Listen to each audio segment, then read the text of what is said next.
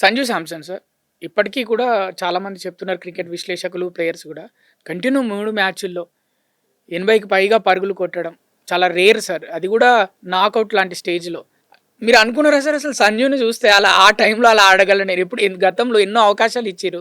ఎప్పుడు అలా ఆడలేదు. అంటే సంజుకి ఇలాంటి ఎబిలిటీ ఉందనేది మొదటి నుంచి అందరికీ తెలిసిన విషయమే. అది open secret. Sanju is a special talent.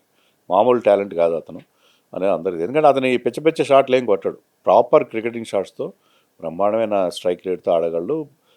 Bowling అటాక్ని కంప్లీట్గా డిస్ట్రాయ్ చేయగల ఎబిలిటీ ఉండే ప్లేయర్ అతను.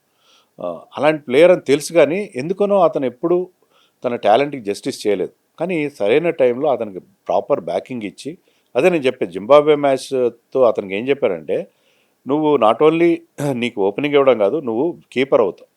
మామూలు కీపర్ని ఒక మ్యాచ్ కోసం కీపర్ని బెటరు. నువ్వు నీ కీపింగ్ క్లోజ్ ఇస్తున్నావు అంటే నువ్వు రిమైనింగ్ 4 మ్యాచెస్లో నువ్వే కీపింగ్ చేస్తావు. నువ్వు టీంలో రెగ్యులర్ మెంబర్వి నువ్వు అని అతనికి కాన్ఫిడెన్స్ ఇవ్వడంతో, ఆ కాన్ఫిడెన్స్ అనేది చాలా ముఖ్యం క్రికెట్లో. సో టీం అతను బ్యాక్ చేశారు. మన కోచ్ని కూడా మెచ్చుకోవాలి, కెప్టెన్ మెచ్చుకోవాలి. దానివల్ల ఏంటంటే అతను ఆ రిజల్ట్స్ తన టాలెంట్కి ప్రాపర్ జస్టిస్ ఇప్పుడు చేయగలిగాడు. దానికి మెయిన్ బెనిఫిషియర్ అంటే చెన్నై సూపర్ కింగ్స్లో ఇప్పుడు ధోని రిటైర్మెంట్కి ప్రాపర్గా ఒక వేదిక, స్మూత్ ట్రాన్సిషన్కి వీలు ఏర్పడింది. ఎందుకంటే సంజు శాంసన్ మంచి హై దీంట్లో ఉండగా అతను టీంలోకి వస్తున్నాడు. ధోనికి ఇది చాలా ఈజీ అవుతుంది తన రిటైర్మెంట్ డెసిషన్ తీసుకోవడంలో చాలా ఈజీ. సో మేజర్ బెనిఫిషియర్ ఏంటంటే Sanju Samson performance in the World Cup ఈ Chennai Super Kings. So Chennai Super కింగ్స్కి చాలా మంచి స్టార్ట్ లభిస్తుంది ఈసారి ఐపీఎల్లో. 8 6 కొట్టాడు. మామూలుగా ఫైనల్లో 6 హీటర్ లాగా అనిపించడు మనకి, కానీ ఆ మంచి క్రికెటింగ్ షాట్స్తో అలాంటి 6లు కొట్టడం వితౌట్ టేకింగ్ ఎనీ రిస్క్ లేకుండా అతను అలాంటి షార్ట్ సెలెక్షన్ చాలా బాగుంది.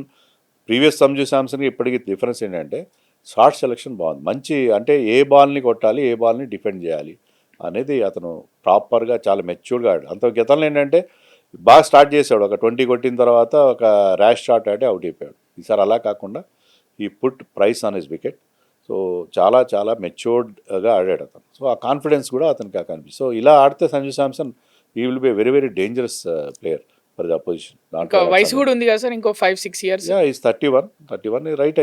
ఇంకొక 5-6 ఏళ్ళు అతను ఫిట్గా ఉన్నాడు. Is fit cricketer. మీకు ఇంకోటి ఏంటంటే సంజు శాంసన్లో అందరూ మర్చిపోయేది ఏంటంటే కీపింగ్ కూడా చాలా బాగా చేస్తాడు. సో అతను పెద్ద స్పెక్టాక్యులర్ కీపర్ కాదు, అంటే బాగా డైవ్ కొట్టి అవి కొట్టి చేసే కీపర్ కాదు. But very safe keeper. Rishabh Pant లాగా ఎక్కువగా చిర్పీగా మాట్లాడడం అది కూడా చేయడు. బట్ రైట్ డెసిషన్, బౌలర్స్కి ఇన్పుట్స్ ఇస్తాడు, డిఆర్ఎస్ జడ్జ్మెంట్ బాగుంటుంది and very very good keeper. So కీపర్గా కూడా అతని రిక్వైర్మెంట్ టీంకి ఉంటుంది. నన్ను అడిగితే అతను స్పిన్ బాగా ఆడతాడు. 1 డేస్లో కూడా అతన్ని తీసుకొస్తే బాగా, 1 డేలో కూడా అతను ఫామ్లో ఉంటే, అంటే 1 డేస్లో కూడా అతను ట్రై చేయాలి. 1 డేస్లో కూడా మనకు కొంచెం ప్రాబ్లం ఉంది. చాలామంది 1 డేస్లో స్పిన్ ఆడడంలో వాటిలో ఇబ్బంది పడుతున్నారు.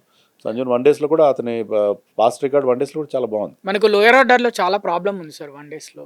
1 డేస్లో కూడా అతన్ని ట్రై చేస్తే బాగానే ఉంటుంది. సాక్షి టీవీ ప్రసారాలను నిలిపివేయటం చట్టరీత్యా నేరం. సాక్షి టీవీ ప్రసారాల కోసం మీ స్థానిక కేబుల్ ఆపరేటర్ను వెంటనే సంప్రదించండి. DTH లో ఇంటర్నెట్ లో కూడా సాక్షి టీవీ ప్రసారాలను వీక్షించవచ్చు.